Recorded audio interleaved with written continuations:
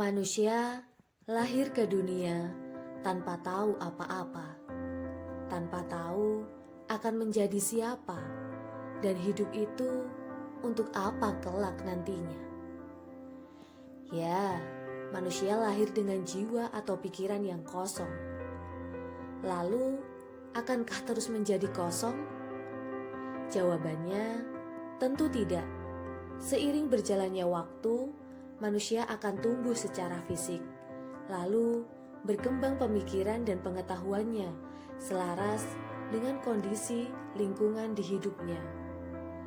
Maka, pikiran-pikiran kosong tadi, jiwa yang kosong tadi akan terisi oleh pengalaman-pengalaman yang akan berpengaruh terhadap kepribadian, perilaku sosial dan emosional, serta kecerdasan.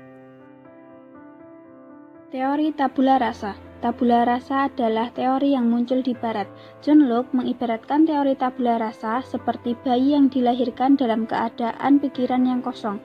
Berarti bahwa manusia dilahirkan dengan suatu keadaan di mana tidak ada bawaan yang akan dibangun pada saat lahir. Keadaan di mana anak tidak memiliki bakat dan tidak membawa apa-apa saat lahir. John Locke mengatakan bahwa manusia seperti kertas kosong yang akan terisi oleh ide-ide melalui pengalaman indrawi yang kelak individu tersebut dapat menentukan langkah hidup selanjutnya dan memilih apa yang terbaik untuk dirinya. Yang dimaksud John Locke adalah segala yang diketahui oleh anak hanyalah akibat dari apa yang diajarkan oleh orang tua, guru, atau lingkungannya. Jadi, sebelum anak mengenyam di bangku sekolah, orang tualah yang bertanggung jawab akan apa yang diajarkan kepada anak. Apa yang diajarkan akan selaras dengan apa yang diajarkan orang tua, baik itu kebaikan maupun kejahatan. Namun, anak juga memiliki kemampuan untuk mengendalikan pertumbuhan karakter mereka sendiri. Jadi, kelak individu tersebut dapat menentukan langkah hidup selanjutnya dan memilih apa yang terbaik untuk dirinya.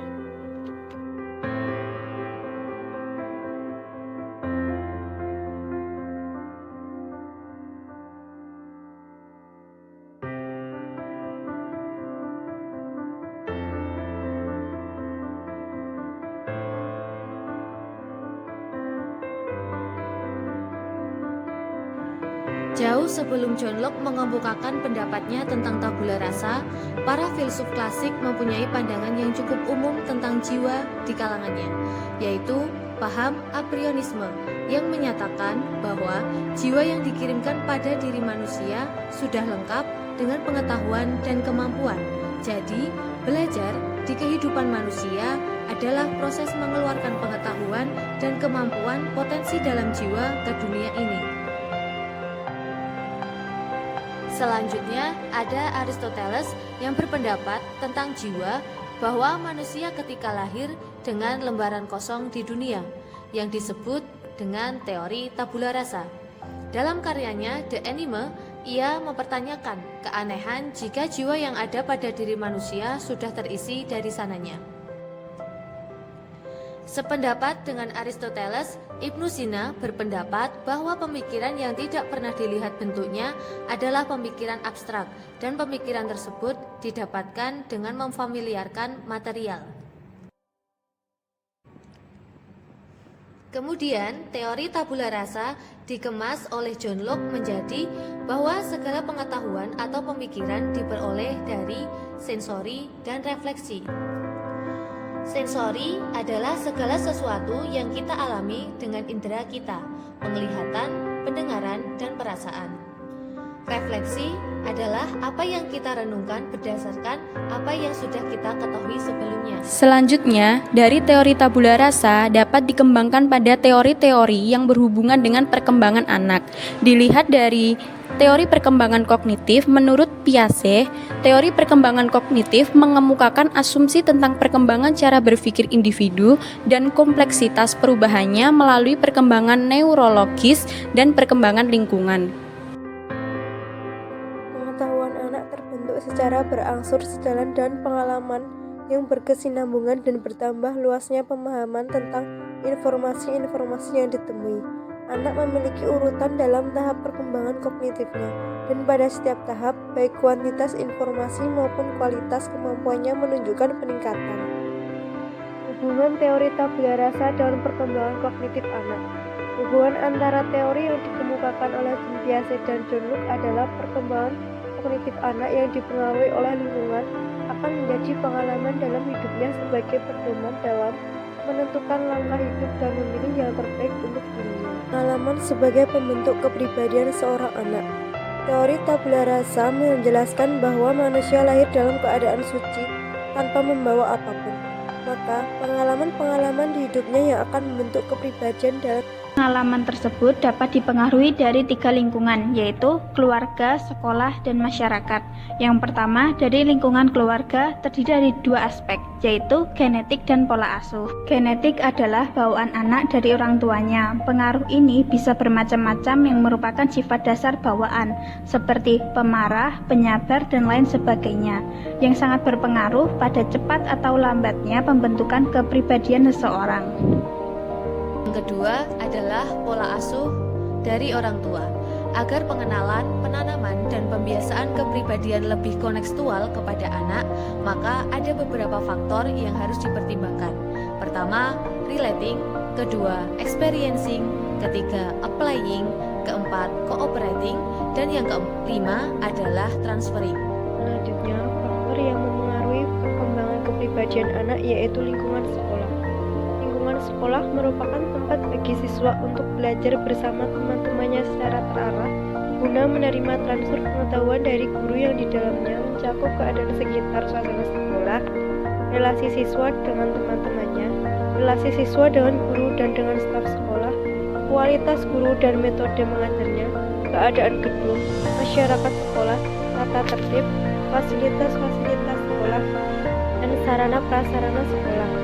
Berdasarkan hal tersebut, lingkungan sekolah berhubungan dengan perilaku sehari-hari anak di sekolah, sehingga perlu adanya upaya pihak sekolah untuk membentuk kepribadian anak yang baik. Faktor yang memengaruhi perkembangan kepribadian anak yang ketiga adalah dari masyarakat. Lingkungan masyarakat merupakan seluruh individu dan sistem yang mana keduanya saling berinteraksi untuk membentuk pola hubungan, sehingga lingkungan masyarakat juga memiliki peran sentral dalam menanamkan nilai-nilai etika dan estetika dalam membentukan karakter anak. Keadaan demografi, agama, kultur budaya, adat, dan kebiasaan inilah yang ikut mewarnai dalam perkembangan anak. Seorang anak yang hidup di lingkungan masyarakat yang kondusif akan memiliki karakter yang berbeda dengan anak yang hidup di lingkungan masyarakat yang tidak terkontrol atau tidak kondusif.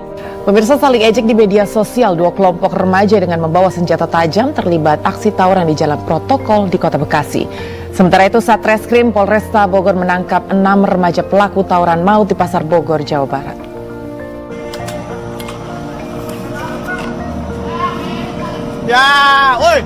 Berbekal senjata tajam, 2 kelompok remaja yang masih berusia belasan tahun saling serang di Jalan Perjuangan Teluk Buyung, Bekasi Utara, Jawa Barat. Aksi tawuran ini pun disiarkan secara live di media sosial yang dilakukan oleh salah satu pelaku tawuran hingga viral. Naas, salah satu remaja mengalami luka sabetan di punggung dan kepala.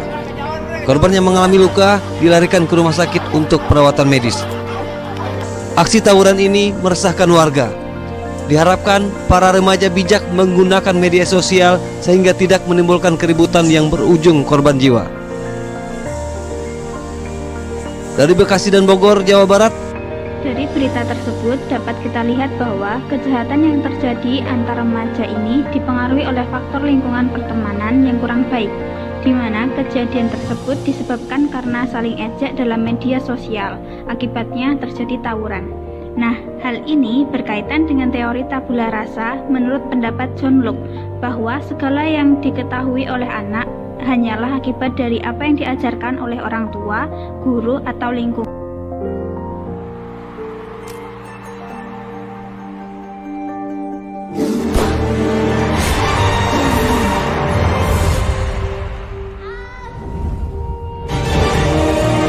Di mana ada kekuatan, di sana ada kebaikan.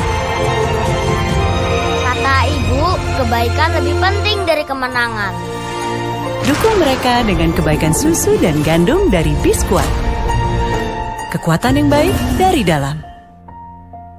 Melalui video tersebut dapat menjadi contoh perkembangan kognitif dan kepribadian anak dari lingkungan yang baik. Hal ini dapat dilihat ketika anak lebih mendahulukan menolong orang lain daripada mengutamakan kemenangannya. Sesuai yang dikatakan anak bahwa kata ibu kebaikan lebih penting dari kemenangan. Hal tersebut memperkuat pendapat John Locke mengenai teori tabula rasa, bahwa faktor pembentuk perilaku kepribadian manusia ada pada orang tua, guru, dan lingkungan. Dari pemaparan materi tabula rasa dapat diperoleh pemahaman bahwa jiwa atau pikiran manusia ketika lahir ke dunia diibaratkan sebagai lembaran kosong. Namun, untuk melanjutkan sebuah kehidupan, maka lembaran kosong harus diisi dengan pengalaman-pengalaman baru. Pengalaman-pengalaman tersebut akan terbentuk dan dipengaruhi oleh 3 lingkungan, yaitu keluarga, sekolah, dan masyarakat. Hasil dari pengalaman-pengalaman tersebut akan mengarahkan manusia dalam menentukan pengalaman